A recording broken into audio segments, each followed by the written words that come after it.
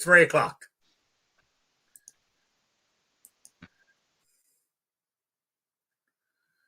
My God, that went live instantly, according to this thing. I can't believe that. All right. All right. Welcome from the Crossroads of America, a talk show about guns, politics, or anything else that crosses my mind. Answer questions from the audience. Either email me at rickslifeasiseeit@gmail.com or spottedrick@gmail.com or put it in the chat. We'll get to you. I got a Patreon page, PayPal, all that stuff's in the info below. So there we go. That's taken care of. Let's see who's coming in the chat so far. Jason Stewart was first, then Kingpin, G23. Raphael's here. So what you call it? The people are starting to trickle in. So anyway, let me introduce my panel to the few people that are here. We've got the one and only Jason Stewart. Hey, good afternoon, everybody. Good afternoon, Rick. Thanks for the invite. Yeah. Then we got the New York Outcast. Hit your mute button. Come on. Sorry, phone was flipping when I touched it. It went the other side. Hello, everybody. Thanks for having me. Thanks for joining us today. Let's make it a good day. Okay. Then we've got the man, the myth, the legend, Patriot in the Dark. Good afternoon. Thanks for having me. Hello. No problem. And we got the man from Georgia, William Willard. How's it going, Rick? Thanks for having me. Yep, no problem. Then we got Guns and Barbecue. How you doing? Doing all right. Thanks for the invite, Rick. All right. Then as just slid in through the back door is Clover Tech. How you doing? Hey, Rick. Good to see you. So we're gonna talk about my topic we started on Wednesday. But first off, to my title is where's my check? I ain't got my stimulus check yet, and the IRS site keeps telling me unavailable, no info. So your tax dollars at work, man. That's right. That's right. But if the guys, I know people have got theirs. And the next part, my next one is, what are you going to do? Are you going to buy guns and ammo with it or pay bills or what? I got mine Thursday, I think. I think it deposited Thursday in the savings account, and that's probably where it'll stay for me. Oh, okay. I'm boring. Yeah, you're like New York Outcast then. He does that kind of stuff too. But you're meant to spend it. That was the object of it, to stimulate the economy. I know you're meant to spend it, but then again, they were talking about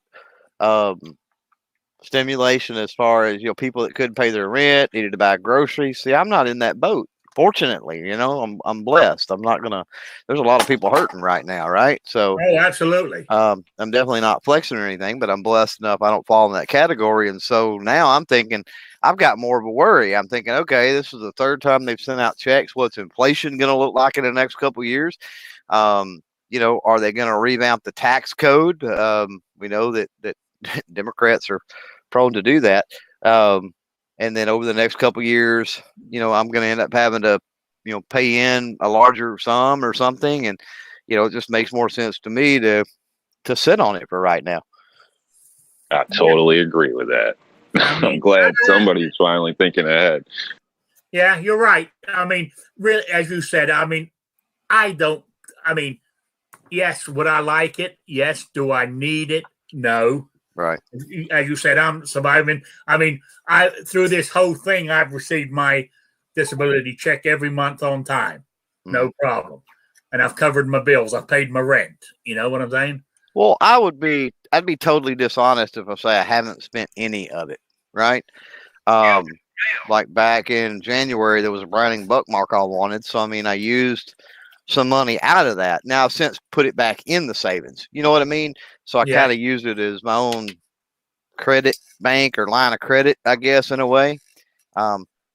So it's nice to be in there for that purpose. But I want to make sure I don't want to go out and just, spend it all and then it be gone. Definitely don't want to go that route with it. Yeah, until inflation hits. Yeah, if you need something that's going to hold value, you might as well. I mean, I've saved it. I haven't spent any of it, but yeah. Yeah, no, I mean, I totally agree. I would watch the how the markets, all that stuff. There's a lot of things moving and a lot of push for things, and that's just one of those things that you gotta weigh on. Let's be honest, right? What are you paying for gas right now? Rick asked the question, what guns are you going to buy or whatever, and let's be honest about it. That's a pretty good investment.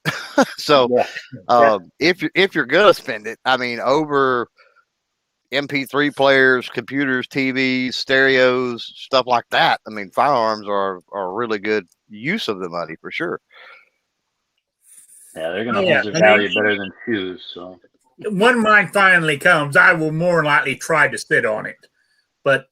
Hell, I'm 64 years old and I haven't been able to sit on money yet, but I'm going to try. There's always a first time. But really, I've always said I've never wanted an AR-15 because I don't like the looks of them or anything. But I shot one the other day and it's got me looking at them now. How's it feel to be an American, Rick? What?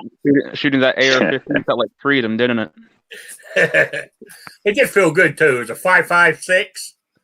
I emptied that mag out. I quite enjoyed it. Everybody needs at least one. Yeah. Just cover your bases. I mean, that's when you get a leg up or a handout like that in some scenarios, you could call it. I know it's not technically free money, but stuff like that. I think it's wise to invest or pretend you don't have it or hold on, or use that, take a chance with it because therefore, you might, if it doesn't work out, you really didn't lose anything, but, like Clover said, firearms hold value way more than electronics or anything like that. But again, like Patriot's saying, look at the cost of gas, look at everything else, and who knows what's to happen next. So it's always better to have more than not enough. Okay, somebody told me they're going to buy a gun. I got 3 people here that are just going to say, I'm not. I know New York Outcast is not buying. Patriot's not buying any. Now, I'm going to tell you, let me caveat something. So in about 3 weeks, I'll be at the Wanamaker Tulsa Arms Show. So I can't make any guarantees what happens there. I'm just say it ahead of time. Is that going to? Are they holding that this year? Yeah. I mean, as far as I know, everything is still a go. Of course, back in November, they canceled about a week out. So we're kind of holding our breath. But I talked to the lady that runs it a week ago or something like that to get everything set up for us. And I mean, it's still a go at this point. Oh, good. That means there'd be some swag available. Maybe. I'm gonna buy a gun, Rick, so don't feel bad. Yeah. Oh, okay. Okay, there's good. And I'll probably buy. I was gonna buy one as soon as my good shop, not the shitty shop that I don't like. Once the good shop gets something I want, but it's not because of stimulus money. It's something I've already been saving for. So that's not. I'll tell you. So you're saving your stimulus money. So. Whatever. I mean. All right. What about you, Will Armed? What are you gonna buy it? A gun or ammo? It's going toward a vacation this year. We got a pretty expensive 10-day trip out west to Yellowstone Park, and about 4 states, 10 days, 12 days. That's not a bad thing to put it towards. I mean, 5 people. It's the flight and back and forth. $1,000 for a hotel. I mean. 250. I mean, hotels in that area are expensive, and rental cars. So the trip's about $6,000. So, it'll go toward that. Every little bit helps. Yeah, I can understand that. Yep. Okay. What about you, Guns and Barbecue? I got a couple things that I'm considering doing with it. One of them sitting on it, just because. Got a couple things I could use it for, but if I do go the gun route, thinking about my pimp gun that I want, being the Gold 50 AE Desert Eagle, or finally getting an AK, because that's been on my to-do list for years, and I just never seem to get around to it. Okay. All right. And then what call it just arrived? Good old Scribload. How you doing? Hey. Yeah, the question was your stimulus check. You going to buy guns and ammo with it or sit on it? I already spent it. My kind of man. What do you want me to be like Outcast and just sit on it and complain? Yeah, I mean, Patriot's sitting on it, Clover's sitting on his. Hey, I tried to buy SVD with mine, but that's apparently fell through now. So don't blame me. I paid bills with mine. I put some in savings. I paid some bills. I paid ahead on some stuff. I didn't use it for I don't think I used it for any gun stuff. I mean, I buy gun stuff all the time. So I guess you could somehow mathematically say I spent it on some, but I didn't purposely. I was looking at just paying some debt down, putting a little money in the savings account, and paying ahead on a few bills. Okay. And I didn't spend anything because Squib's still at home and he hasn't came up yet. So, so SVD, is that one of those guns that is what you call it that Mac's involved with? Yeah, that was the joke on that. Yeah. Yeah. Well, a Dragunov sniper rifle. Yeah. It's chambered in 7.62 by 54 rimmed. And it's a Warsaw Pact sniper rifle. A couple countries have made some variants that look like it, but they're either in a different caliber or they function a little bit differently. The parts aren't necessarily interchangeable. They're pretty pricey. They're pretty pricey. Yeah. But I mean, I've been listening to some of that stuff, but I gave up. I don't give a shit what they get up to. You know, I mean, I tend to agree with you. You know, so. Oh well, I said my check hasn't arrived yet because I'm also, I guess, because I'm on Social Security disability. Well, you'd think they're harping about getting it to the people that need it most first, right? Yeah, I don't. As I said earlier, I don't need it most. I know you don't need it, but you're on what? I'm on a fixed income. You're on Social Security disability. You know what I mean? Yeah. So you should be, regardless of whether they don't know that you don't need it. You know what I mean? I mean, last time I got it first, along with everybody else, but I blame what's her name, the new treasurer, Yellen, or whatever her name is. Yeah, Yellen. Okay, but the truth of it is nobody needed it at all. Nobody needed any of these 3 stimulus payments. If they had never shut the country down to begin with, they wouldn't need to do any of that, would they? You're right. Biggest mistake that ever happened. You know? And Rick, I don't think it's because of your Social Security disability, because I'm on SSD also, and I got mine a week ago. You got yours already? Yep. You motherfucker. It's probably because Rick's birth certificate is 4 foot long. That's probably why. It's that dual citizenship thing that he likes to talk you about. You got yours already? Yeah. Damn. I know all kinds of people got theirs last weekend and all during the week. I mean, last time I got mine, I mean, they advertised it on a Tuesday or something, and I got mine that Thursday or some shit. It came real quick. Yeah, mine was pending in my bank account on Tuesday and posted Wednesday. Damn. If you liked mac and cheese, this wouldn't be a problem. I was going to say, he's already like, you know what? I might get an AR. Next thing you know, he's going to be eating mac and cheese like a real American. So the bigger problem, that I see with all of this, kind of piggybacking on what Squib just said, is that moving forward, now that there's a precedence of, hey, we're going to dole out some money because some bad crap happened, where does it end, right? What happens next? I mean, unemployment hits a certain level and they send out checks, or you know what I mean? Anything happens, maybe if God forbid something like another 9/11 event or a housing bubble or a .com bubble, and then all of a sudden, oh, this is a horrible thing. We got to send out checks again because everybody's, there are certain people that are going to look for that, become dependent upon it, and cry that they need it, right? So I don't know. It's just that's what worries me. Are we going to be getting these now? And we all know they've been pushing for universal basic income anyway. So Yes. all this stuff kind of, it's kind of the writing on the wall in a way, and you're like, what's going to happen later on? Well, you bring up a good point, and this is to try to help encourage people to be dependent on the government and to expect this. And what crisis next after we get past this BS flu and everything else? Remember that during the when the economy started tanking in the early 2000s, that Bush gave everybody a stimulus check, and what was it like? Was it $200 per person or something like it? Was ridiculous, right? And everybody I knew was just taking the check and putting it in their savings account. It wasn't enough to buy anything. You couldn't even pay your damn cable bill with it. So it's kind of like, what's the point? Now, some of these checks have been higher, but depending on how many people you have in your household, this is a couple months worth of rent for some people, and for other people, this is nothing. And that's what they're going to do with it. They're going to do nothing with it. If they open the country up, these people that are still on unemployment because they've shut down the restaurants or bars or tourist attractions or what have you would be back to work.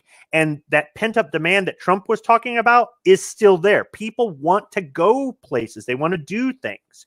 And if they did things to encourage industries to start warehousing non-perishable goods instead of taxing the hell out of them for having a warehouse, we wouldn't have these shortages in the future. We would have a situation where we would be able to keep up when there were supply chain interruptions, or maybe some laws that encourage more businesses to bring stuff back to America so we have more domestic control over that. But Trump didn't do it. Biden's not going to do it. And whoever's next after that isn't going to do it. They're not going to suggest any laws that really would help deal with the economic issues we've had during this. Instead, they're just going to keep doling out money. There's already talk that they want to do another stimulus package. Well, that's all they know how to do, right? Yeah. I mean, it's look at whatever it may be, right? The war on drugs, the war on poverty, the war on whatever it might be, the education. It's all their go-to play over and over, and the definition of insanity, right? Doing the same things over again with the same results. They're all insane because their play every single time is, we can just throw money at it. We can just throw money at it. It's like, it don't work that way. Yeah, doesn't work that way. If I need to fix the roof on my house, I don't care how many dollar bills I throw up there on the roof of the house. It ain't gonna get fixed until I roll up my sleeves and get up there and work. That's where all you guys are wrong, because they're not trying to fix anything. They're not trying to. They're trying to get you. That's valid too. Yeah. So it has nothing to do with trying to fix a situation. That's not what their goal is. It's not to fix anything. It's to get you to go, when can I get my next bag of Cheetos? Yeah, I was going to say it's to distract, not to fix. Yeah, it's definitely a distraction. See, they're like, here's free money, here's free checks, and that's all any of us are talking about. What are you going to do with it? When's it coming, man? When the truth of the matter is, they threw you some little scraps, and they spent a mountain of money on other countries, on their own pet projects, on a bunch of socialism crap that you don't even agree with. But here in the future, you'll never hear about that. They'll play a guilt on you to pay higher taxes because they gave you this little tiny check when they went and spent trillions on, everything else. Yeah, you're so right. Every time they want to give us a check and say, here's a fourth one in the summer or anything like that, there's going to be so much spending on the back side of it. Because, he's talking already about a $4 trillion bill for like infrastructure in America. Oh yeah. I mean, that's like $8 trillion, and we're only into this deal a couple months, man. And you want to know the problem with, inherently, I don't have a lot of problem with money spent on infrastructure, but there is a flaw in that. And it's the same. It's parallel to this. Everybody's got to go to college BS. Who is the people that they pay that do the work for infrastructure? That's tradesmen, right? That's welders and bricklayers and concrete pourers, and that's trade people, right? That's not skilled labor stuff. That's not college. I mean, sure, they need surveyors and some architects, and they do need some college boys to do stuff like that, or girls, right? But the vast majority is skilled labor that's doing that, and that's been on the decline in this country forever and ever and ever. So the problem is when you say we're going to dump all this money into infrastructure, well, you haven't been pushing for people to go learn the skills and stuff. Some of these kids that would be better served by doing that rather than going to college and getting a degree in some crap they can't get a job in. Who's going to do the work for the infrastructure? Or there's a lot of people out there that could do the work, but because of the unions, they don't get the opportunity. What I was going to say next, though, and they work a hell of a lot quicker because they're paid by the job. So even the union guys can work a hell of a lot quicker. You can search and find their little company picnics and stuff where they have competitions. They don't work like that on the job. Well, but the other issue when you deal with what you bring up the unions, and that makes sense. But that brings up the other thing when we talk about a big, huge infrastructure bill. And I'm sure the unions, some of them are in on it as well. But how much of that money goes under the table or in a shoebox off somewhere? Well, as somebody who's in skilled trades, one, I wouldn't work by the job. You'll never make any money. And two, not everything is unionized. Hold on. Joe Biden's going to take care of all this. There's not going to be any fraud. Don't worry about that. Right. That's right. That's right. Hey, don't make any money by the job. That's crazy talk. Hey, it depends. If you suck, you don't make money. Hey, pretty soon, dissidents? Is that the word I'm looking for? Are going to be in a concentration camp anyway because China's coming. Did you see that thing the other day? Not me, Rick. I have an AR-15. Did you see that? That meeting they had up in Alaska, how China degraded the United States and our fucking Secretary of State just sat there and fucking took it. Just fucking like Obama and said, sorry, motherfucker. Just like Obama. Yeah. I was so disgusted. It made me sick to think just in fucking 60 days, we've gone right back to that, and that's going to make every other country fucking come after us yet again. Well, Putin kind of put him in his place too. Oh yeah. He needed to. As much as I don't like Russia, I mean, oh God, In case you missed it out there, Putin challenged Biden to speak live, man to man on stage. Yeah, he knows he can't do it. Exactly. See how screwed up is this? Because I love this country till my dying breath. But how bad of a person is Joe Biden that deep inside you're kind of rooting for Putin?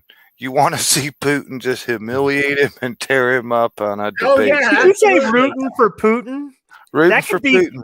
That could be a new bumper sticker.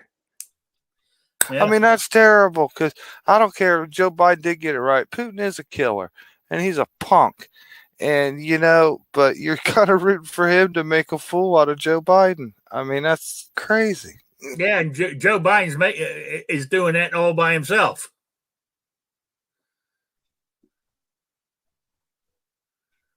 I wonder why they don't require masks when he's at the podium, because then they can just have a speaker running and he wouldn't have to make a fool of himself as long as he could stay awake. They could just run a recording and, there's enough guys that can run that. That'd be like the ultimate Nilly Vanilli, just have a recording. I was going to go there. What was the movie with Keanu Reeves where he was standing there and they had that animated setup that was speaking for him? No. Matrix? It wasn't heavy metal. No, it was. He I was got the a- voice. I got a question. Was that video I saw or clip I saw on the news where it showed Biden talking to the press and his arms were going through the microphone like it was green screen? Did you guys see that? No. Oh yeah. See if you can find. I'm trying to think. If you go, I know where. I'm trying to think where you could find it at now. But there was a thing where at the White House before he's getting on a helicopter or walking down the sidewalk or something, he turns around, walks to the press. You don't hear them asking anything, but you see him walking up, and you see these microphones at the bottom of the screen. There's 3 or 4 of them, and he walks up, and his hand goes across them, literally, like it goes through them. Wow. You know, like it was bad green screen is what it was. Whoever done it. You know, I just want to know if that was just a hoax or that was real. Because, you know, I saw it. I was on news, and also who was playing it was Salty Cracker. Well, maybe we figured out exactly everything that's wrong with Biden now, right? For the longest time, people have been thinking it's dementia, and since he's the oldest president ever, that's a problem. It's his age. Maybe he's been dead for a long time, and they brought him back with a seance. He's a ghost. That's what the issue is. Yeah. Well, you know, they got that deep state video technology Yeah. that I've mentioned before is scary. In the future, you could end up electing someone that's not even real. Yeah. Oh, what's called Two By the Light way- because Never Enough Ammo's got it on his channel too. That video.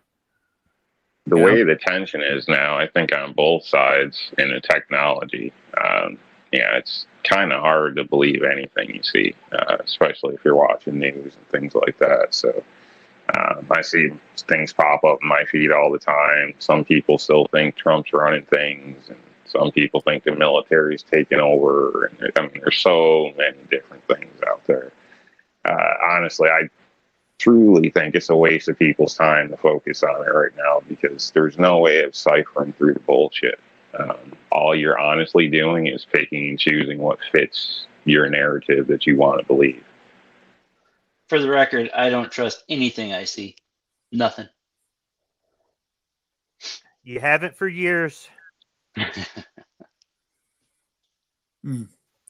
So discussion going out in the chat over the our hourly worker to job worker. So I'm sorry I was reading that. But yeah, it's we can go on for this topic forever and ever, and I don't want to. Hey, Yeah. can I, since you kind of want a palate cleanse, it sounds like, can I ask a totally unrelated question? You can. That Teach Peace sticker or whatever on your safe back there, what is that? Oh, this Teach Peace? Yeah. That was a sticker that the lady that I had who I went to for when I first got into guns, I knew nothing about them. Uh-huh. She was my instructor. I don't know. I mean, she's in Rhode Island. It's actually her website. It's Lock, Stock, and Daria. Well, it's like peace is spelled wrong from what you would think it would be, right? I was like, yeah, that's piece like a firearm piece. right. I was like, that's funny. Yeah, I had a couple of them, and that's the last one I got left. But Lock, Stock, and Daria. I don't know if she'll send you any if you ask her. You know, so that's she was my instructor in Rhode Island. I used her for training too because I've gone through the story so much. You have to shoot 25 yards and stuff in Rhode Island to get your carry permit, and right. I went with her, and she was the one that taught me to go from right-handed to left or left-handed to right-handed and stuff like that. So, yeah, that's who she was. That's you know, that's it. That's what that one is. Cool. But okay, let's go back to my topic we were discussing on Wednesday at the end there. You guys remember what it was? My argument, what we're talking about, the 4473, you know, and what my argument is, if you got people say, what about the felons? right? If you do away with the 4473, you know, so if you do away with the 4473, how does a gun store know that you are a prohibited person? Now, I understand if somebody's let out of jail, they serve their time, they should get their rights back. I don't have a problem with that whatsoever. But the problem is there's millions and millions of people who got let out either on parole or whatever who are classed as a felon. You know, and they've got to be on probation for so many years, then their sentence is over. Well, I think right now is the argument would be, I mean, current state of affairs, right?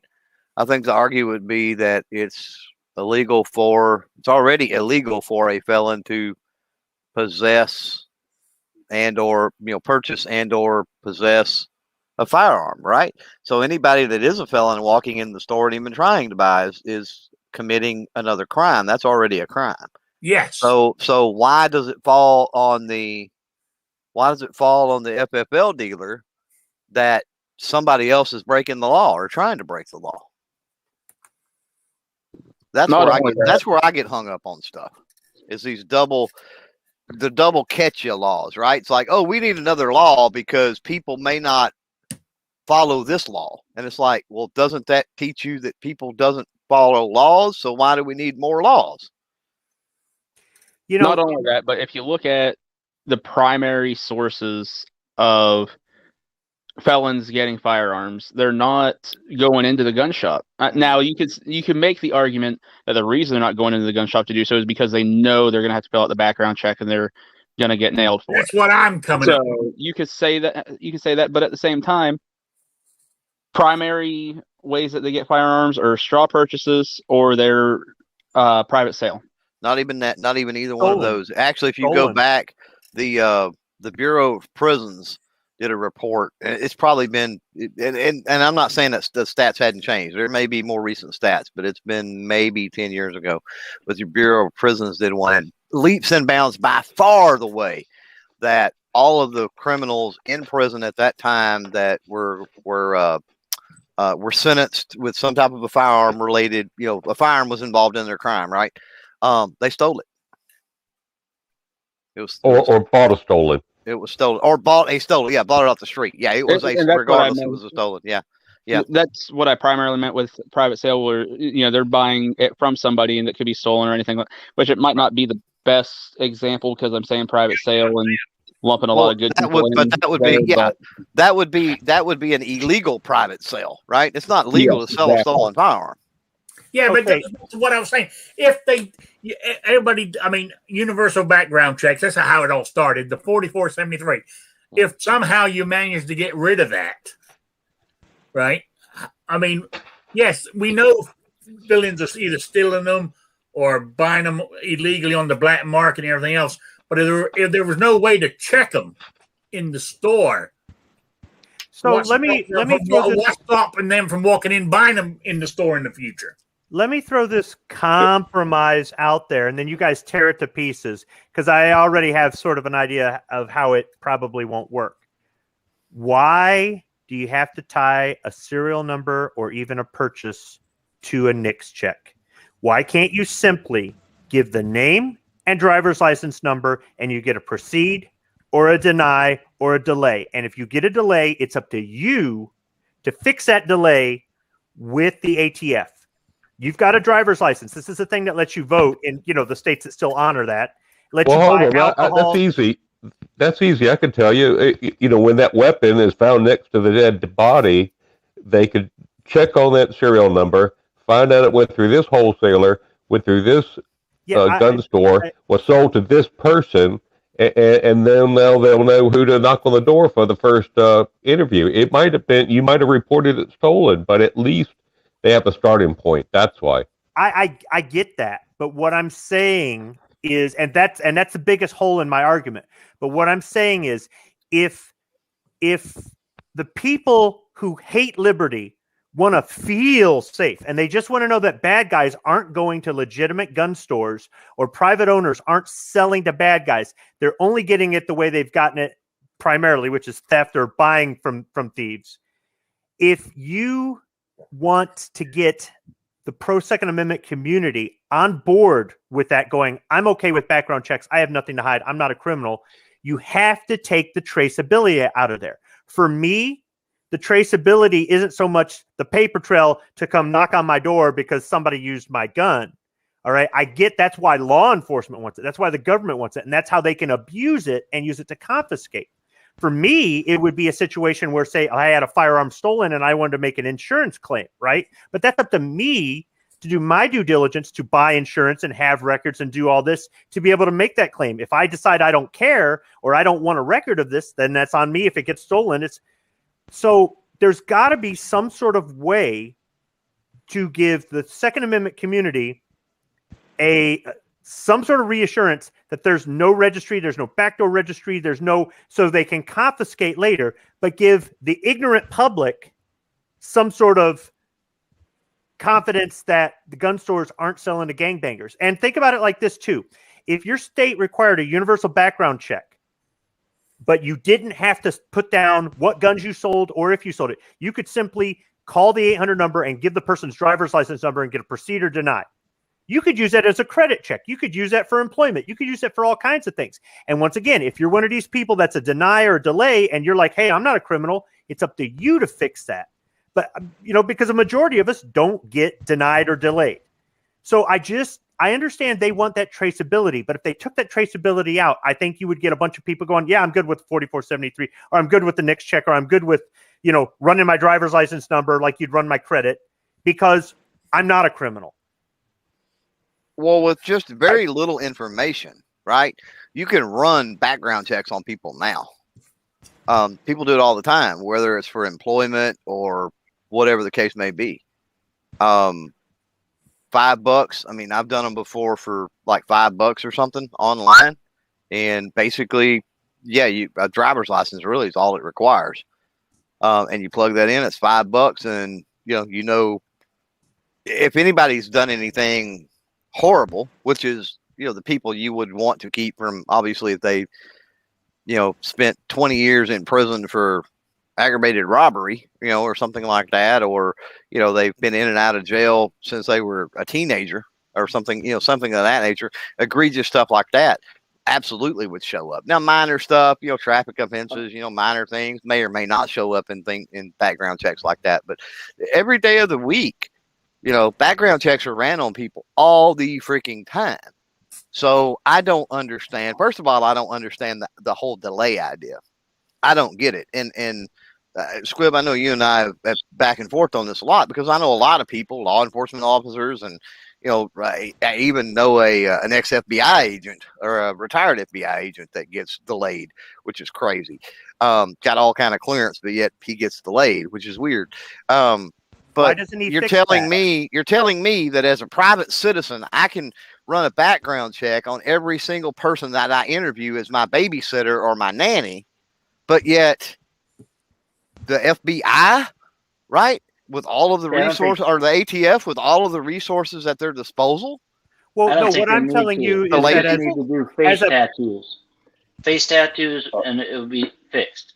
Bad guy, right across the forehead, and you don't have to do no test. If they want to be, it should be pointed out. $40,000 to take it off. It should be pointed out that NICS checks don't always work either. I know that's kind of might be negative towards our side, but just so that is clear, I purchased a handgun with an arrest warrant for myself. So, and was notified when I went to the sheriff's to try to get my clearance, and they were like, "Yeah, you can come pick up your slip, but we're going to have to arrest you." So, had no idea. So, obviously, that was missing a court date, and the issue I better explain for the public here. The issue was by the time I opened it, the date had already passed. Like the day it showed up in my mail, I was supposed to be in court 2-3 hours prior to that. My mail comes around 12:01, and I was supposed to be there earlier that morning. So I called the courts, everything. They said, cool, the warrant was already issued. So, but NICS had no idea. So there is a delay and lag in that. So NICS isn't 100%. Like if you just got into an altercation or emotional and decided to run down and buy a gun after getting charged, you probably could. Well, and so even there is that aside, right?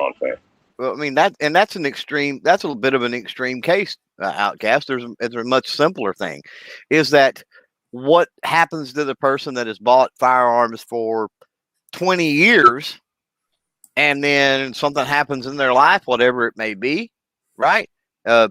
Mental issues, they snap, they get dementia, Divorce.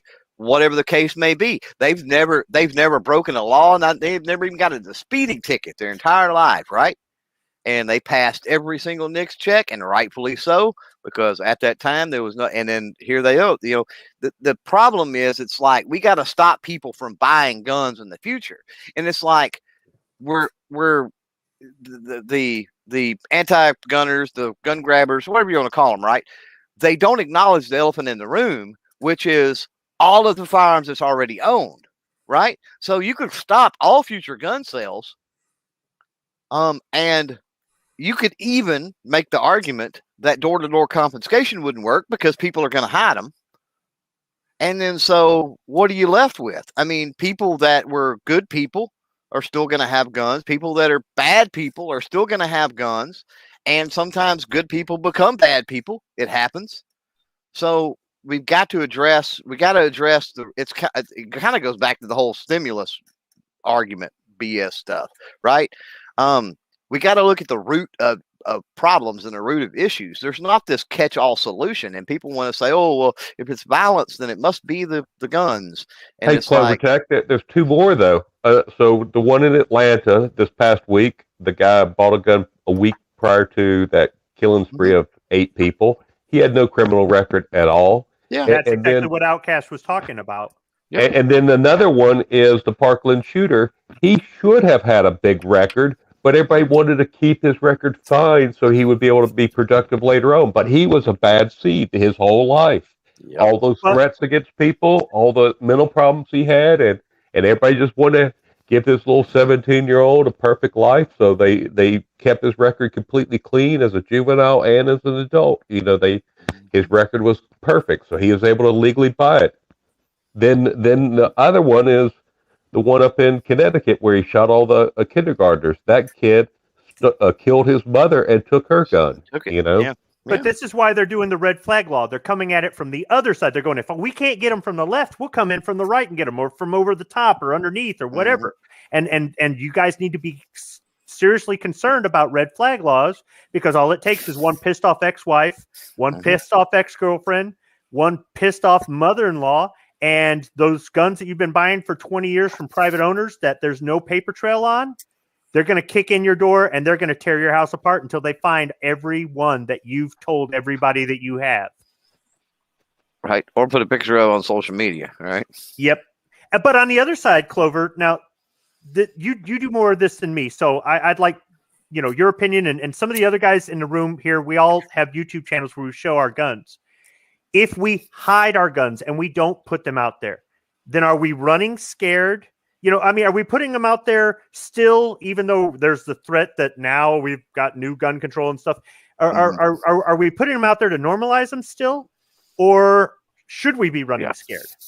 I don't think we should. I think the normalization, especially if we've learned anything over the last year with the amount of first-time firearm owners and other things, and that's a whole topic in and of itself to try to dissect all the parts and pieces and components of that. But if we learned anything, we need normalization. We need to be able to, put things out there and they go, oh man, whoever's watching, right? I talk about this all the time, is that I don't care how big or small of a channel you are, or, what kind of reach you've got, all you've got to do is reach one person. Right. And so highly encourage people to do that. Now, you're exactly right in that. Does that potentially come with risks?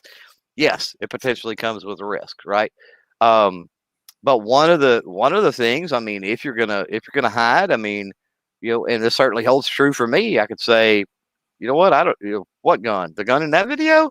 Man, that company sent me that, or man, that belonged to the gun shop, and I brought it home. You know, that wasn't mine. You know. What about the rest of you guys? Have you considered this in the past year? Have you said maybe I should throttle back? I've thought about I can it. answer this quickly. Go ahead. I'd never show all your cards and never put all your eggs in one basket. There's nothing running or foolish. It's smart, in my opinion. So you show people what you want them to know. That's it. Yeah, I would agree. As for me, I'm not too worried about it because, much like Clover said, you know, that company sent it to me or something. Obviously, I'm not big enough to have companies sending me guns or anything, but I could say, well, yeah, I did a video with it, and then later on, I wanted to get something else, so I sold that one and got another one. And what are they I going gave to do? all my guns to some guy in Texas. That's a normal course of business with, by the way, for gun tubers, because a lot of times, I mean, yes, okay, they send it, you do the work on it, right? And then at the end of it, they go, don't worry about it, just keep it. A lot of people sell that. Why? Because they've had to buy ammo, they've got trips to the range, targets, they got other expenses with the content they produced, and so they don't keep it anyway. They turn around and they offload it on the secondary market to try to recoup some of those funds. Okay. So that's common. That's commonplace. Okay, so are you justifying background checks as a paper trail to prove that you unloaded that gun? No. Okay. No. Because here's the thing with background checks, right? And everybody knows this. Background checks without a registry won't work, and they won't work for the same reasons that we're talking about right now with what you brought up, Squib. That's somebody coming to my door and saying, hey, you made a video on so-and-so gun last week. We're here to see it, or we're here to take it. Well, I sold that last week, right?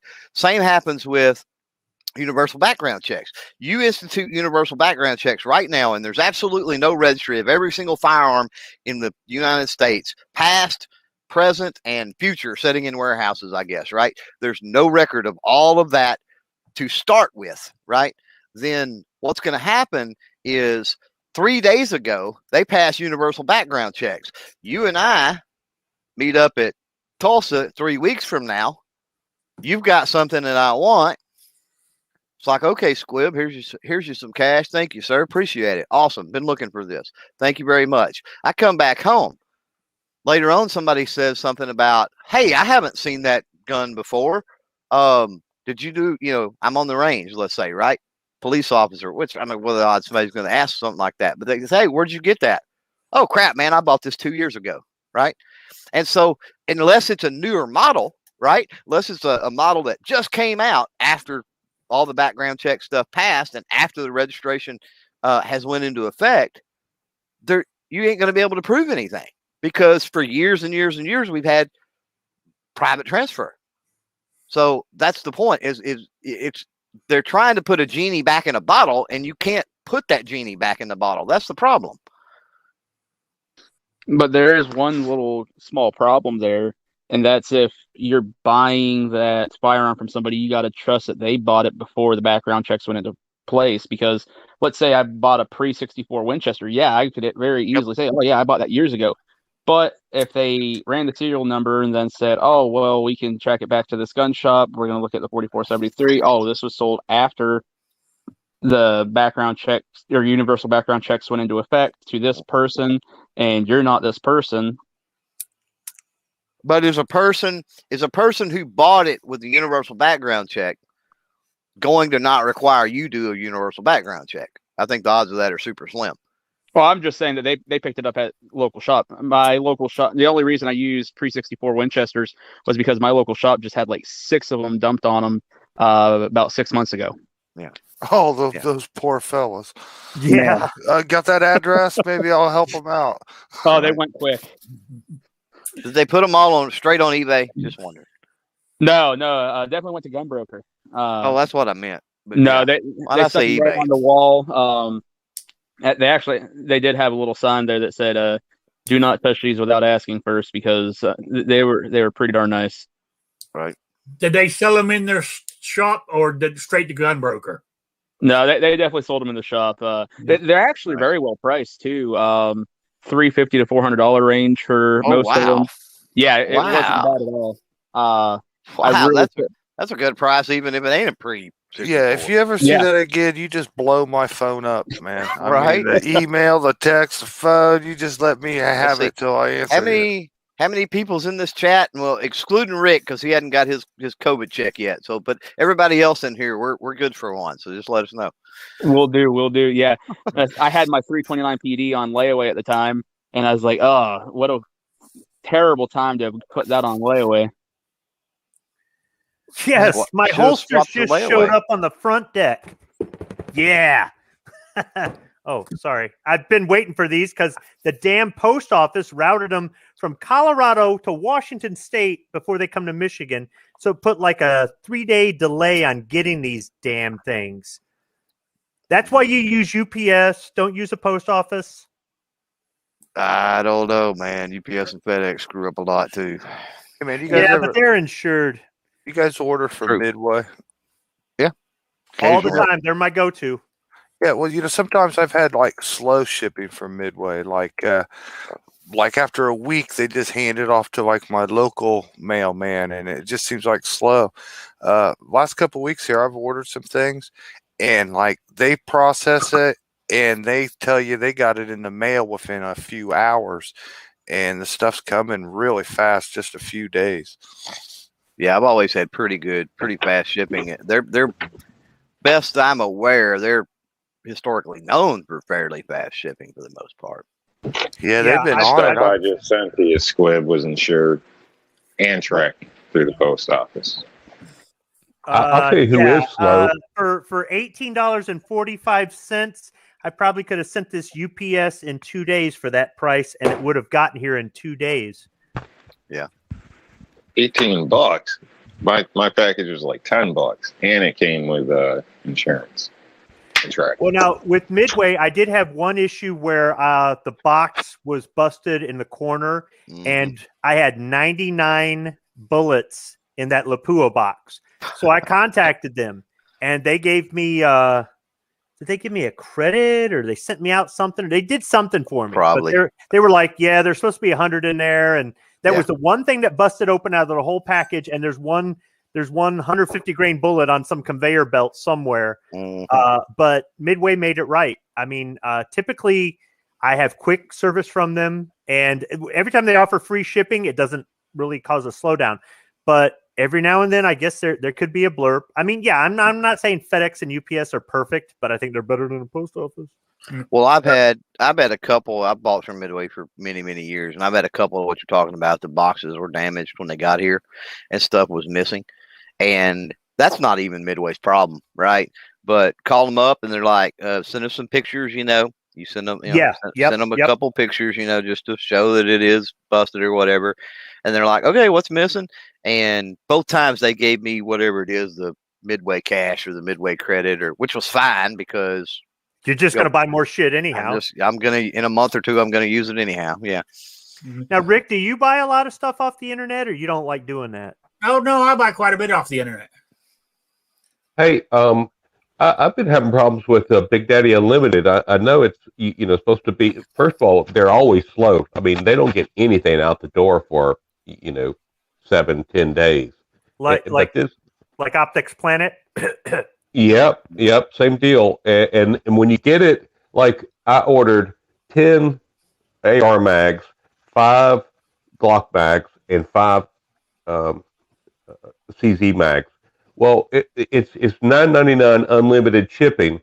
Well, they marked off 15 mags and sent me the 5 Glock bag or 5 CZ mags that were as pricey, as anybody else, with like 40 something a mag. Wasn't a real savings. And then that was the only 5 they sent me, and so I had to go to Gun Mag Warehouse to buy the other 15. And the prices were just the same. So their $9.99 shipping versus free shipping, just ain't worth it. A lot of those things that the gun tubers push are not good savings and stuff like that. Well, now, I mean, if you're going to buy an optic twice a year, it just paying the $9.99 a month will easily pay for itself. I mean, I've saved $200 twice on different optics, so it is cheaper. I mean, certain things are just much cheaper. But you have to purchase certain things with some kind of regularity. You know what I mean? You do. So I mean, if you think you're going to buy, one optic a year and save, $80 or $200, it pays for it at that one purchase. Has anybody ordered a gun from any of the places like Buds or Brownells or something? I ordered one from Locked and Loaded, and I ordered one from PSA, and they went right to my FFL. Actually, the Locked and Loaded one took a couple weeks, which made no sense at all. And the PSA one, they said it would take 2 weeks, and it got there in a week.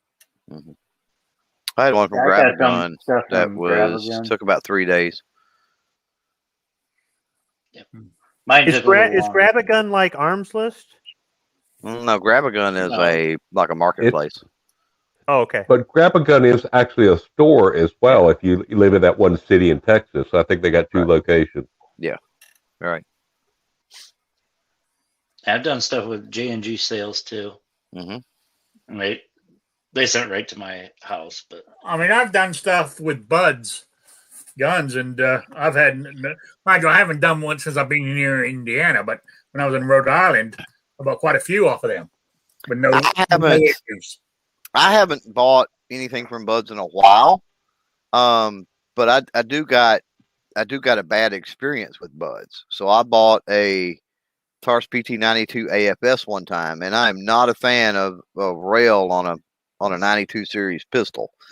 The picture on the website did not have a rail. I get the pistol, it had a rail, and basically they told me if I wanted to pay to ship it back, they'd give me my money back, but that was an error, and they don't even make the models without the rails anymore. In other words, they had an old picture up. It was their fault. But I just ended up keeping it because they didn't have what I wanted, which was one without a rail, and it was going to cost me to, shoot $30 or something to send the thing back. So I ended up just keeping it, which sucks. But make sure that you read all the fine print and everything else, and because with them, to me, you're taking a chance. That's part of the reason I do my unboxing videos. They're fun and they're easy to do. If you're starting out on YouTube and stuff, doing an unboxing is so easy. But here's the thing.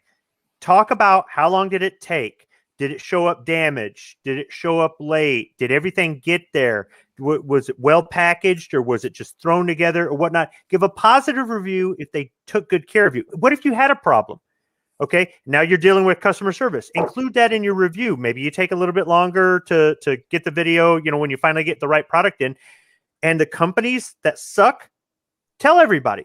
They suck. Of course, you're going to have somebody in the comment section go, I've ordered from them for years and never had a problem, right? And the companies that take care of you, let them, put out a positive review so people know you can trust this sort of company. I know everybody's got different experiences, but I think the videos are somewhat valuable. I mean, I've seen some people's videos and I've gone, wow, I've never gotten a raw deal from them, but when's my number going to get, called?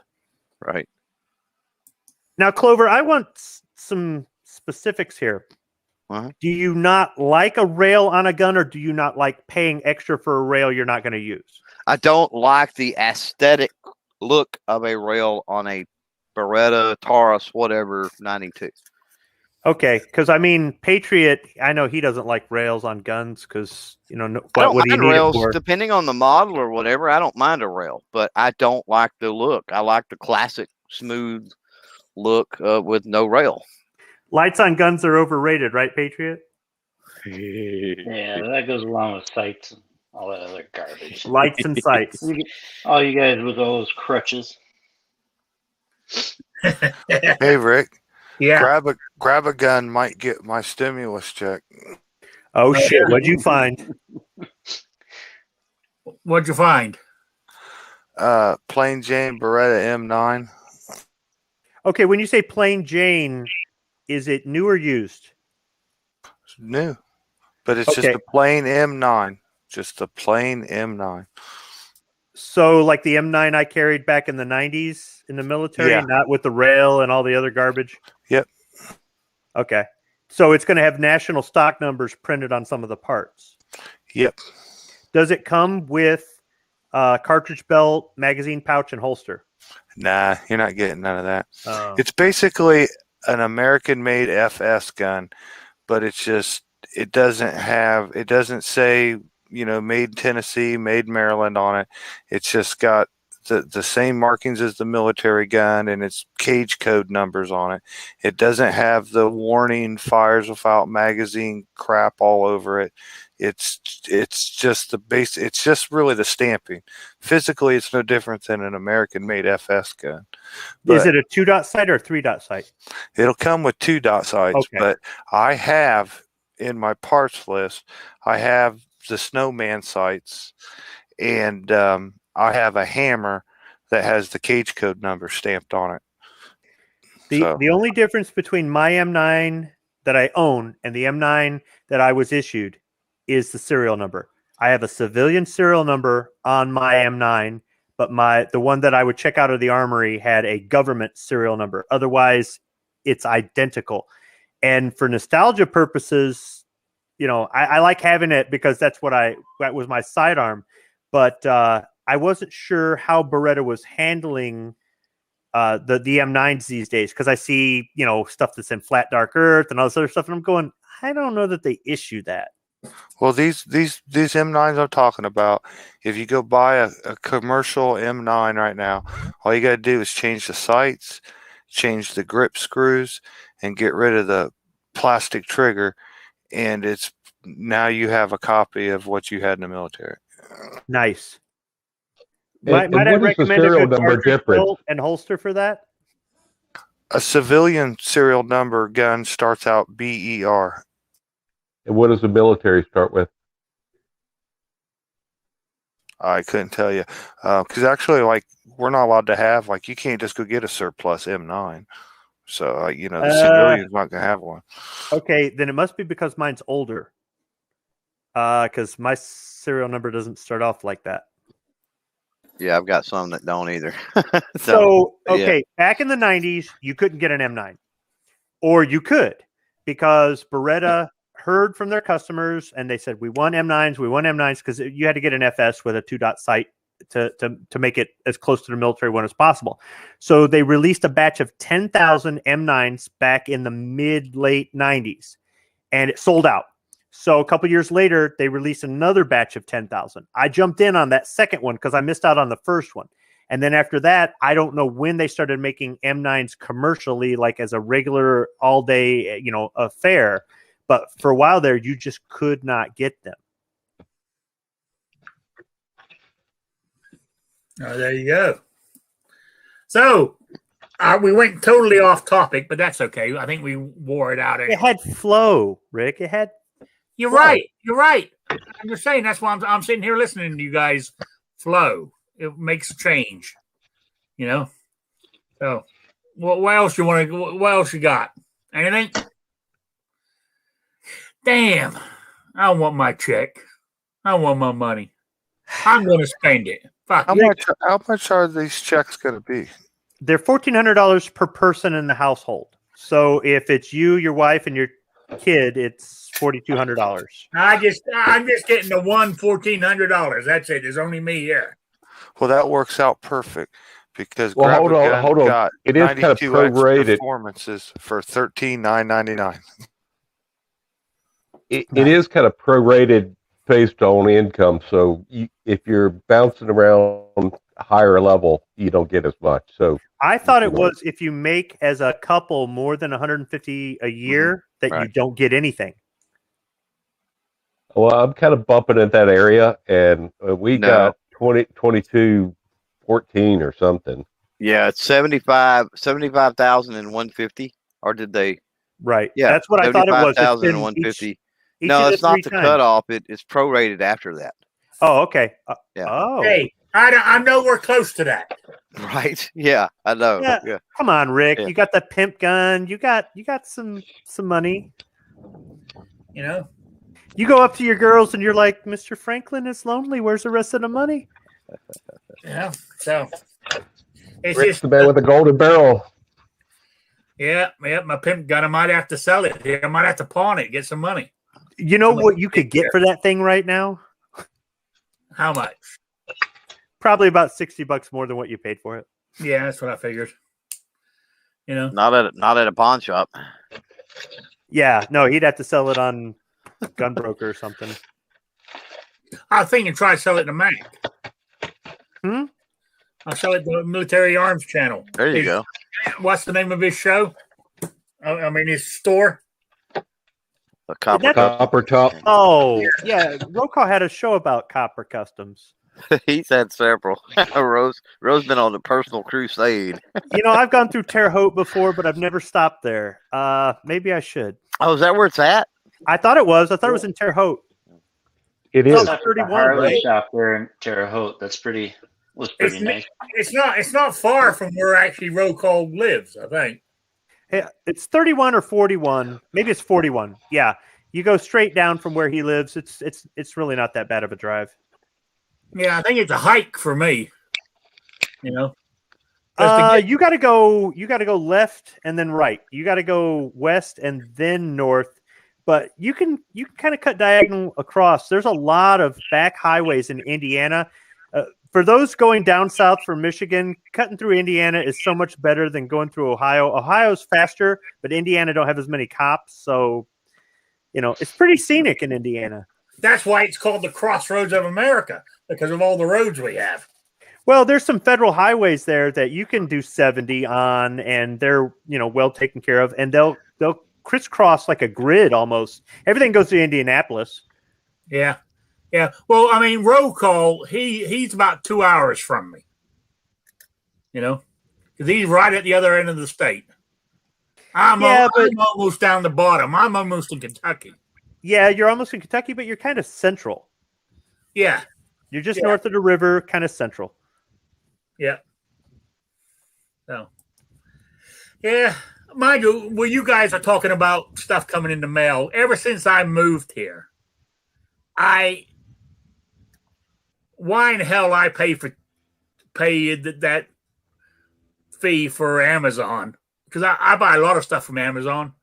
Why I pay that fee? Because since I lived here, I don't think I've got anything here in less than 5 days. You know, I don't know why. And I mean, even like very rare. A lot of times, if I buy stuff and they said it's coming by FedEx or UPS, it ends up my mailman brings it to me. Mm-hmm. You know, so it doesn't get anywhere any faster. Well, that's what happens when you're in the boonies. Yeah. It's the thing with Amazon, you got to pay attention. Like I was looking at some stuff the other day, and you really got to look at like the estimated shipping times, and then you'll realize, oh crap, this is coming from China. No wonder. And there's a lot of Chinese dealers and stuff on Amazon now, and you'll want something. And I mean, if you buy it in the US, okay. I mean, 3-4 days, you know, that's okay. A week, I can handle it. But I was looking at something the other day, and it was like April the 22nd expected delivery, and I'm like, what the crap? April the 22nd? Probably because they got to make it. It's still on the production schedule. And I got to look at it. It was the seller was some weird Shandong, Guam, China or something. And I'm like, oh crap, no wonder. And something else you need to check if you're buying something is eBay, because the same item, I mean, either it's stolen and fell off a truck or whatever, but I mean, it's dirt cheap. I bought a razor, electric razor, and the 9000 series from Philips looked like the best. And it was like on Amazon, it was, 84, 88, 84, from all the different sellers. Right. I went to eBay and I'm like, man, the same thing is $41, exactly half the price. And so I'm like, it was definitely stolen. It came shipped directly from Philips for $41. Well, a lot of people, eBay used to be the bee's knees back in the day. I don't know how many thousands of dollars I made off eBay back in the day. And with the rise of Amazon, a lot of people have forgotten about eBay to an extent. But a lot of the sellers that are selling on Amazon, especially a lot of the corporations and stuff like you were just talking about, are selling on eBay. And one of the cool things about eBay is you can sort US only. So you can weed out anything that's overseas, which is great. You can also sort by free shipping, which will immediately narrow down those options. But yeah, like the microphone, that Saramonic Link 500 microphone setup I've got, those are like normally like $260 or something like that. I was on eBay one night and it had one that was, what was it, $152 or something? And I was like, what is this? And I got to looking and it said factory refurbished. And so I clicked into it and it was from Saramonic. Saramonic was the one selling them. And yeah, factory refurbished, comes with, in the box, all original, everything's there. 1 year, has the 1 year, depot warranty with it, had, all that stuff. I get it in. It's literally brand new. I mean, I guess they took it in and they serviced it, but when they did, I mean, they cleaned everything up. They wrapped all the cords up. They put the twist ties around it. They put it all back in a box. They shrink wrapped the box, put a manual in there. I mean, I couldn't tell it wasn't brand new. And it was roughly $100 cheaper. With the there was with Amazon. Good.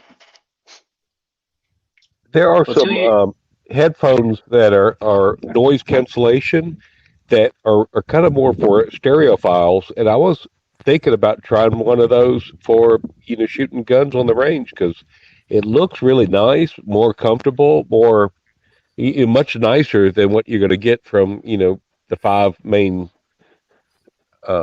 gun headsets you're going to get. But this one looks like it's just made for stereophonic, with the Bluetooth and everything, and you can get them basically for the same price, and $55, $80, and it's made. The cutoff for those, is probably different. So the rating is not going to be near the same because of that. Because you've got a lot lower. With a firearm report, it's more of a lower tone or whatever.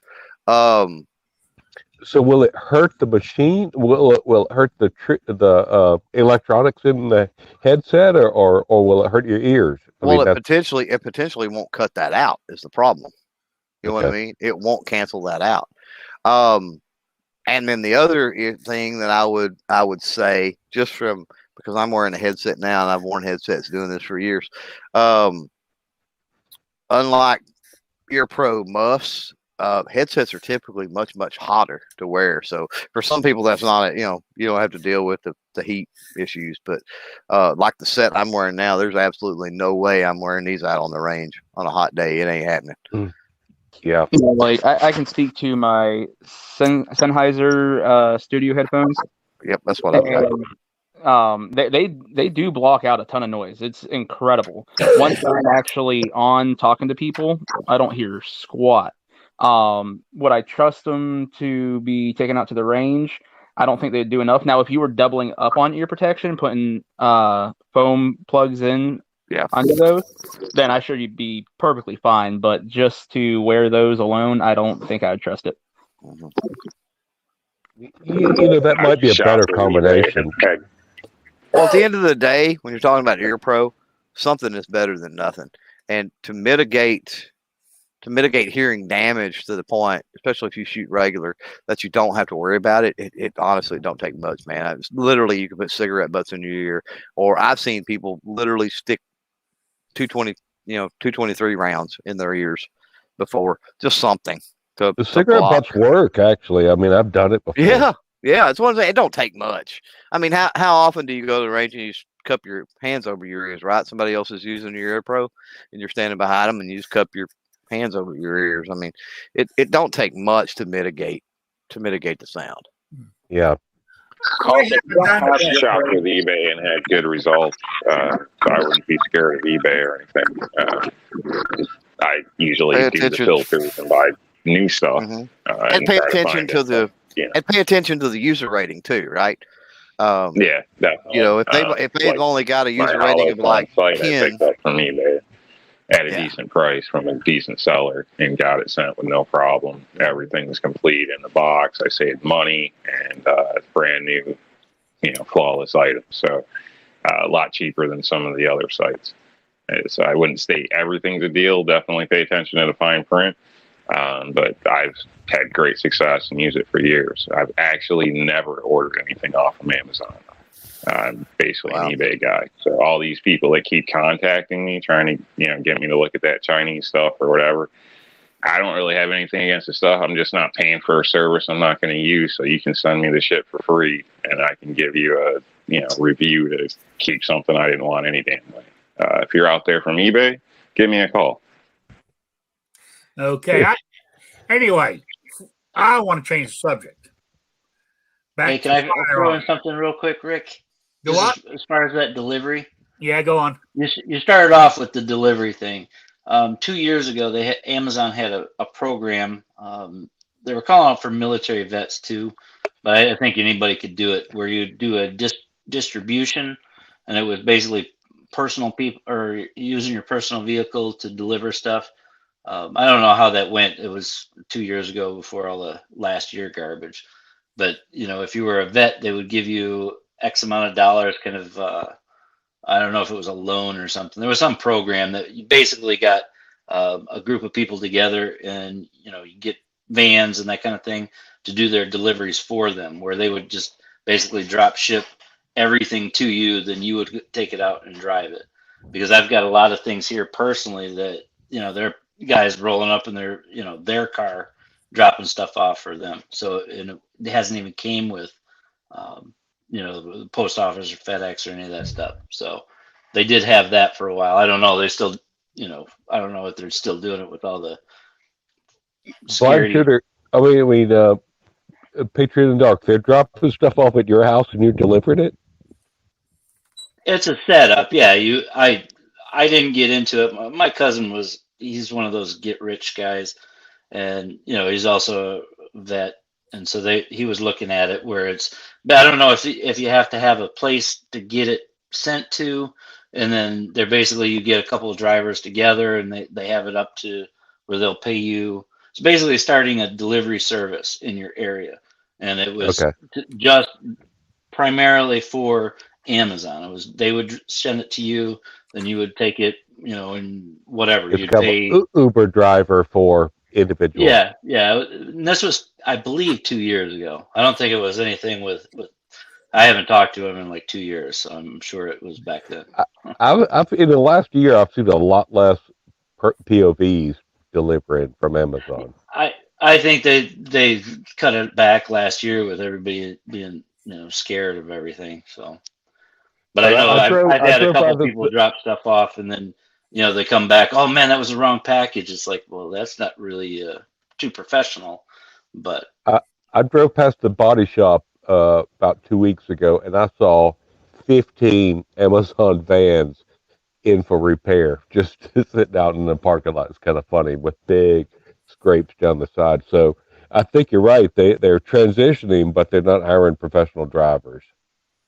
Yeah, but it was the way he had it set up was, you would get basically somebody would receive everything, and then you would just dole it out to whoever you would obviously you need insurance and all that other nonsense, but I don't know. I believe it was 2 years ago, but they could still have it out there. I don't know if you sighted drivers out there want to look into something. Yeah. So there you go. Yeah, go on.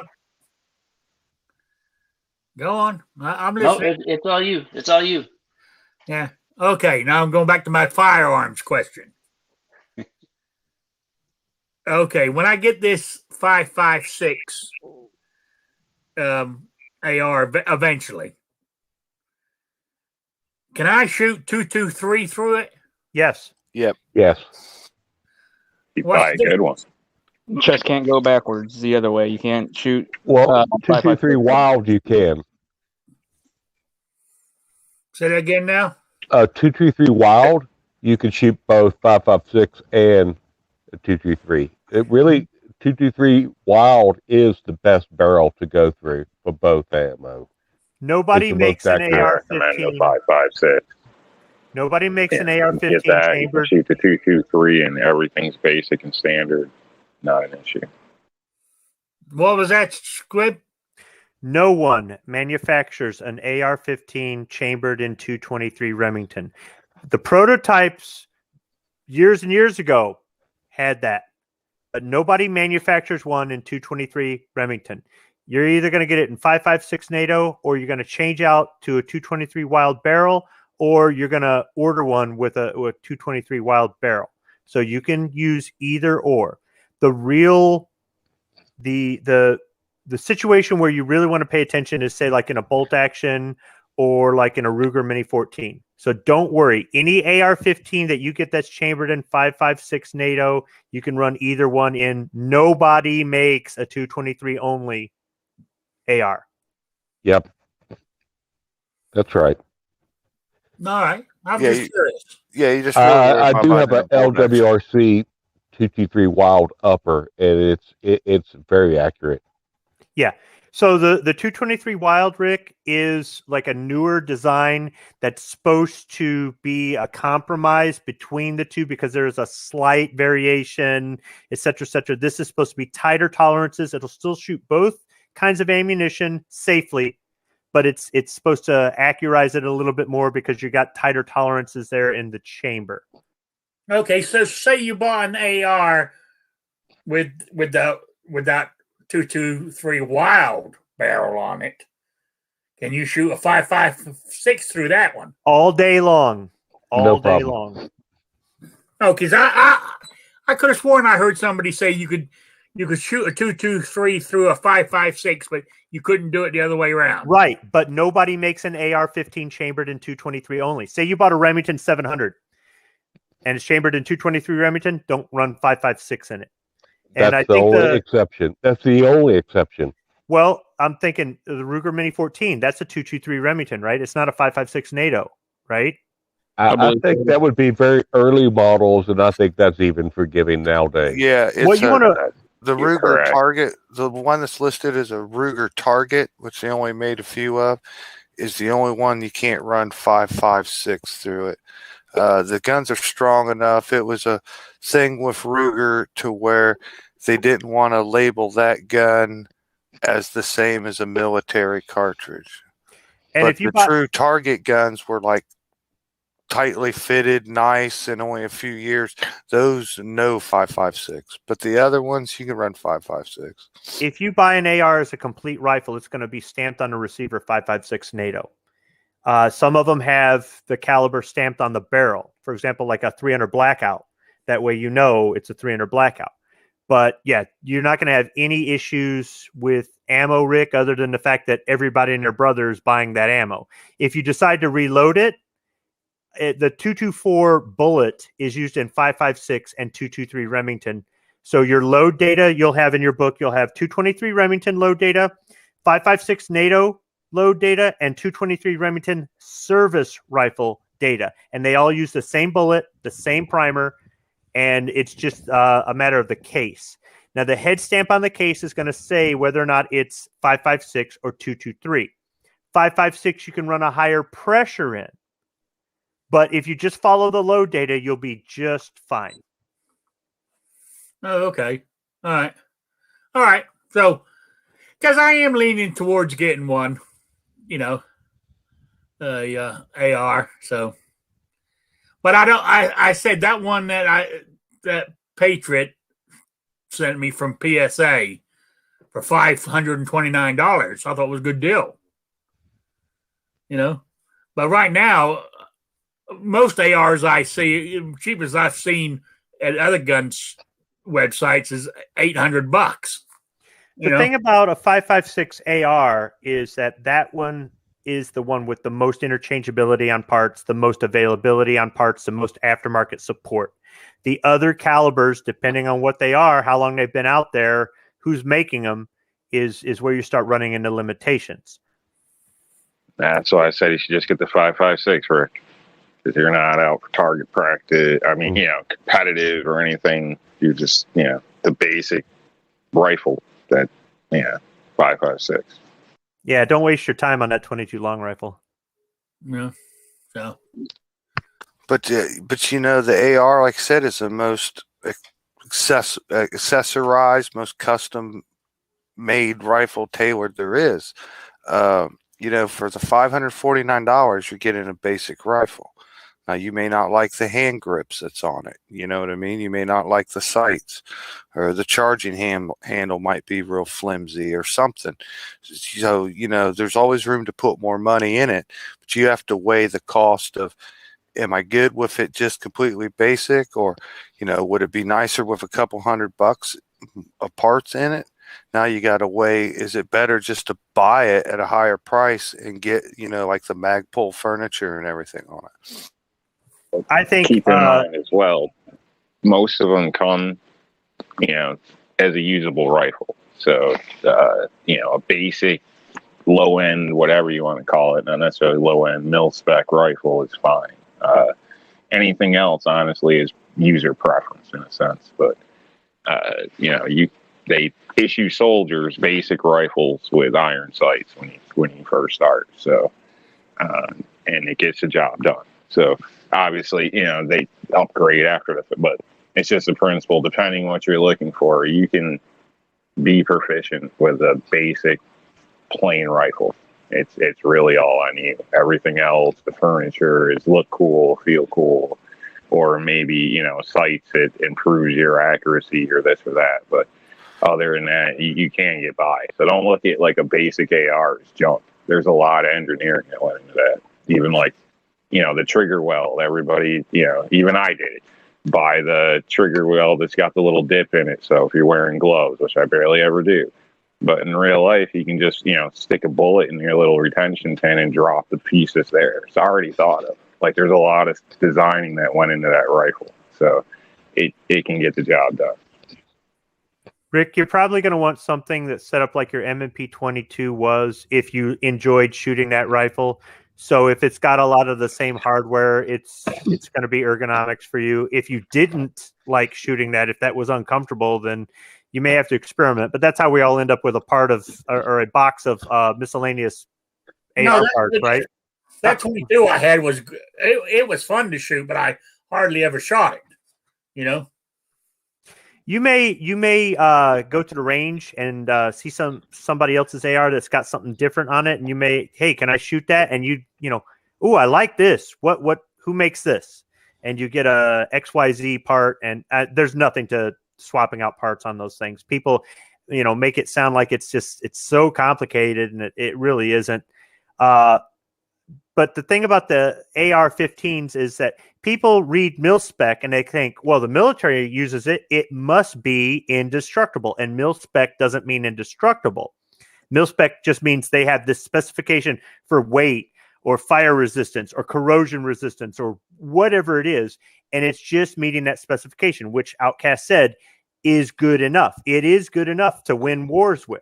If you want to mil-spec is just good enough. I mean, and there's the one improvement I think you can put on any AR-15 is the JP Spring kit, and it's only $15. That's all I gotta say. The mil-spec springs, the mil-spec trigger, the mil-spec everything works just fine. If you train, you can use all of that proficiently. However, if you want your gun to have a different look, or if you want it to be lighter, or in my case, heavier, or whatever it is, you can change different things out that might suit you. If you're not used to a military gun, if you're used to all these FUD guns, you may want to put other parts on there. I hear everybody bitch about the trigger, and I'm going, what is wrong with the trigger?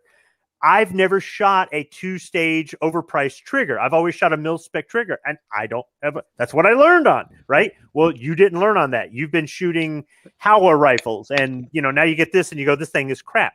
But the reality is you can use it. However, if you want to customize it for whatever it is, it's not just always about appearance. It's about ergonomics or functionality. Then that platform allows a lot of that. So, all right. I got to start looking for, there's no point getting my hopes up until my check gets here anyway. So, Like it's a physical paper check. Like you don't have direct deposit. I have direct deposit. That's what I meant. Okay, because I haven't got it yet, and I'm disappointed because I got it last time.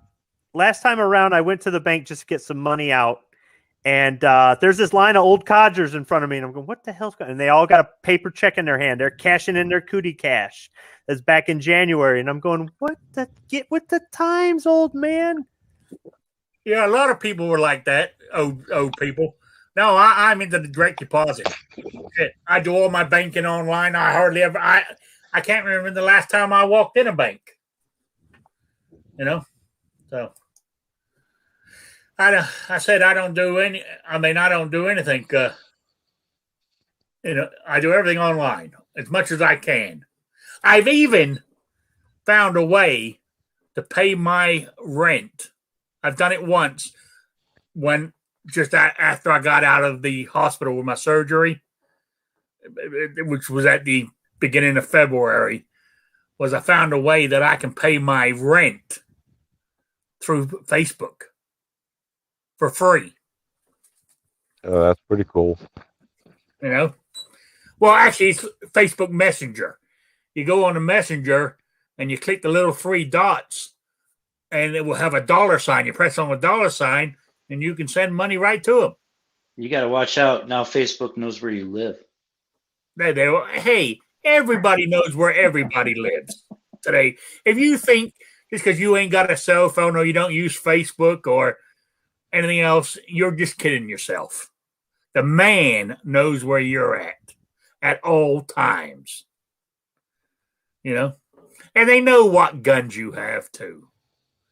Don't tell me that all these 4473s, when they do it electronically at the store, that the government on their end goes, after 24 hours, hit the delete button. Please.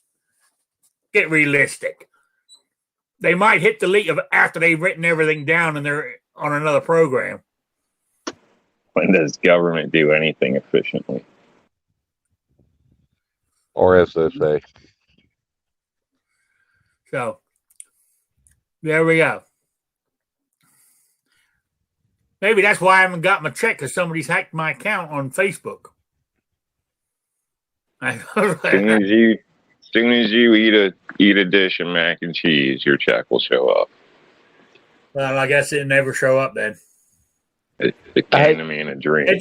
Hey, if they said to me, I told you this before, if they said to me, eat this mac and cheese or die, I'm going to say, well, the life's been great, guys. See you around. I'm inspired to make mac and cheese with dinner tonight. Thanks, guys. I'm inspired if you get an AR-15 of painting up a magazine like a macaroni and cheese box. Oh, dude, that would be like classic. Rob took your Rick's Life symbol and covered up like the company for everybody. Make a AR-15 magazine like that. So when it hangs out the bottom, you see all those golden macaroni and cheese noodles piled on top of each other. Colt macaroni and cheese, the cheesiest. Yeah, see, I was having salad tonight. Colt still making cheese. Everything's different now. Nice. Now, are you going to have cube cheese in the salad? Because it's important. Well, I'm going to have cheese in it. Oh, you tried that, huh? One cheese at a time. No. So I got some cheddar cheese I got to get rid of. It's starting to get a bit moldy. You know, Rick, I can't believe you had an hour-and-a-half show and you didn't say anything about that idiot falling up the stairs 3 times. Yeah. I know. Gerald Ford, reincarnation, and nobody talks about it, right? Hey, at the beginning of the show, I said I was absolutely disgusted with this country in 60 days. And I didn't want to go any further than that. The guy. What do you expect with a guy on so many drugs they won't tell you? He's a potato head. There's nothing up there. As I told you, he ain't going to last a year. We're going to, Kamala, how you pronounce her name, Deep Throat Harris, she is going to be president before the year's up. I'm guaranteeing it. Yeah. you know, like when he fell that second and third time, fell all the way down. It kind of stops being funny. You know what I mean? And this gets a little bit more serious, and it does get sad. But that's just not good at all, man. I mean, and everything in the way, like I said, the way China did this week, the way Russia did stuff. He's a laughing stock, not just to us, but to the rest of the world. So, like, what's he going to do when Iran tells him something? What when North Korea tells him to back off? We're doing what we want. I mean, this is if the worst time and the worst person ever for America. That's what we have right now. Shit, I said that a year ago. It's a damn embarrassment. And I say when I saw that thing the other day with the Chinese berating the Americans, and they just stood there or sat there and took it. I was absolutely, I don't know what word I can use.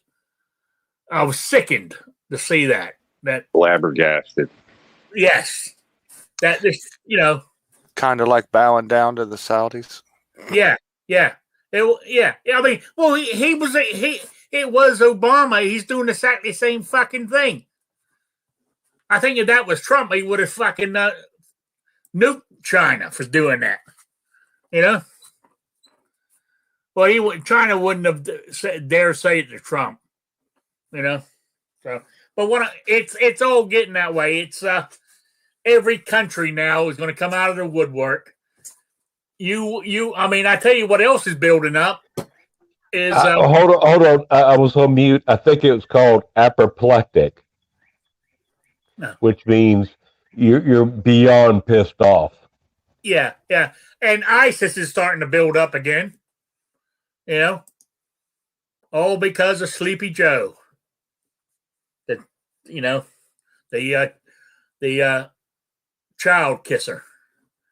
Who in the hell do you think is going to come save us? Oh, God. I don't know. Then you depend on somebody else to save you. Start saving yourself. Then we got a military all walking around pregnant and in fucking flight suits, maternity suits. Jesus Christ! Come on, people. Or pro transvestite and the military paying for transvestites here. Oh yeah, we spent millions already on tax dollars doing that. Mind you, as Tommy Gunn in the chat said, Kamala is already president. Biden's already said that. He goes. Yeah, he keeps saying that too. He said it 2 or 3 times now. Because more than likely behind closed doors, she's making all the decisions. That's why when he fumbles and stumbles like this, she doesn't say anything or anything. But he's actually using Kamala to speak to other countries, and he's not even talking to them directly. I know. That's what she's doing. I mean, he can't do, and he's meant to have a press thing. They gave the date out next Thursday or something. I doubt it. I mean, if it happens, I'll be very surprised. I got a feeling they'll call it off or come up with some reason. And if it does happen, they will have select questions from certain reporters. They'll have the questions already up front. They'll select who they want to ask questions from, and they already have the questions already given to them, where they can have it on the printer, and hopefully he doesn't fuck it up when he reads it out. I always have the fear. I mean, I'll come off sounding like an asshole for saying this or whatever, but I look at it as just I have a fear of there being a female president, just because of the Middle East and countries like Iran and dealing with ISIS and the Taliban. In those countries, they don't listen to a woman. And if you think the world leader is a woman from America and she tells Iran to do something, that's just going to infuriate them. They don't listen to a woman. They're not going to want to negotiate, deal, or talk or do anything with a female president of the United States. Just flat out, they're not going to. That's against how they operate and they work. So, like, there's people in America that won't even speak to a woman. Yeah, I mean, I hate to say it like that, but run a place, my lady, no, they wouldn't even talk to her. Other countries that like didn't care or worried about it. But I think this is those damn wrestling people's fault. Yeah, everybody who likes wrestling and doesn't mind to watch and pay for a fake show they know is scripted. That's pretty much what they did with the elections now. So all the wrestling people just moved into politics. So thanks, guys. Anyway, I'm going to wind this up because I'm getting hungry since you guys started talking food, even though it was mac and cheese, and my cats are getting hungry.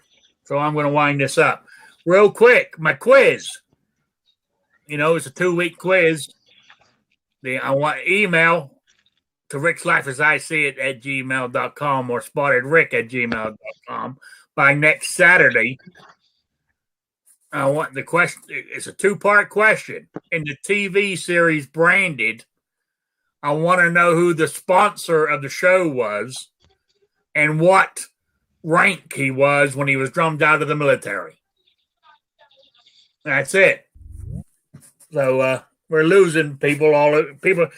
Clovertech had to drop out. So don't know if everybody noticed that when he left the chat. He said so. Anyway, let's go through this. Anyway, Jason, you got any plugs or shout outs? Yeah, I'll do a show on Monday. Tune in for that. But there's stuff to go on all day today. G23 will have a show. Unloaded Media of Rich White. They'll be doing the wrestling chat tonight. Maybe Rob could tune in for that one. And everybody have a good Saturday. I enjoyed being here. Great conversation. And we'll see you on the range. All right. New York Outcast. Talk to me. Thank you. Sorry, had to do the whole phone flip thing again. No, just if you're new here or whatever, don't hold all these guys' opinions against me. You're welcome to sub and subscribe to my channel.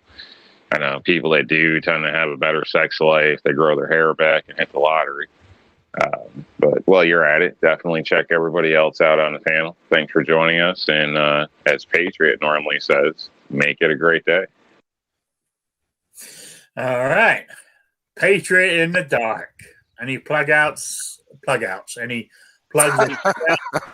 Plug outs? Yeah, you stole my line. That's a new word. Make it an outstanding day. That is a good line. But it's true, even if Squib doesn't like it. No, yeah, thanks for having me. Enjoy the weather. Hopefully it'll stay nice. It's actually 55 degrees here right now, which is pretty impressive. Actually, let's see. What is it now? It's 63 degrees here. Yeah, well, yeah. But yeah, other than that, I don't know. Thanks for having me. Appreciate you being here. Willed and Well Armed. Any plugs or shout outs?